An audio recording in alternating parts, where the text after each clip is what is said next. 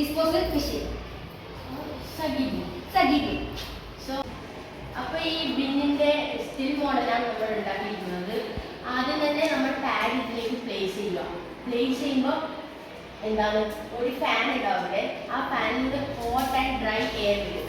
ഈ pad unhygienic വരും, കാരണം അതിൽ പാത്തജൻസും ബാക്ടീരിയാസും ഉണ്ടാവും.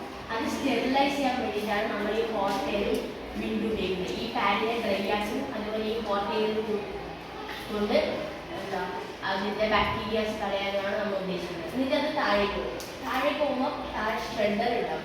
ഷ്രെഡറിലൂടെ എന്താ പാഡ് ഷ്രെഡ് ചെയ്യും. ചെറിയ ചെറിയ പീസ് ആക്കിയിട്ട് പാഡ് ഷ്രെഡ് ചെയ്യുന്നതാണ് രണ്ടാമത്തെ സ്റ്റെപ്പ് എന്ന് പറയുന്നത്. അതിന് ശേഷം എന്താ നമ്മൾ ഷ്രെഡ് ചെയ്തതിന് ശേഷം രണ്ട് ഫാൻസ് താഴെ 2 ഫാനുണ്ട്.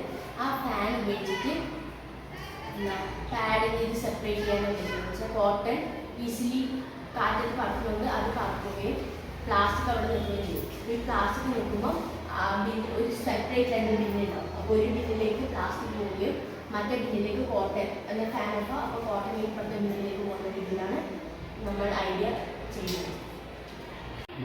അപ്പോൾ ഇതാണ് നമ്മുടെ ഐഡിയ. ജസ്റ്റ് ഐഡിയേഷൻ പ്രോസസ്സിൽ മാത്രമാണ്. ഇനി ഇത് ബെറ്റർ ആക്കിയിട്ട് ഒരു പ്രൊഡക്റ്റ്, ഒരു ഇൻഡസ്ട്രിയിൽ ഒരു പ്രൊഡക്റ്റ് പോലെ ഇനി മറ്റൊരു ഡെവലപ്മെന്റിൽ ഉണ്ടത്രേ. ഇത് ബേസ് ചെയ്തിട്ട് നമുക്ക് ഈ ഐഡിയ കിട്ടാനും ഇതിനെക്കുറിച്ച് ഇതാക്കാൻ വേണ്ടി നമ്മളൊരു സർവേ നടത്തിയിരുന്നു.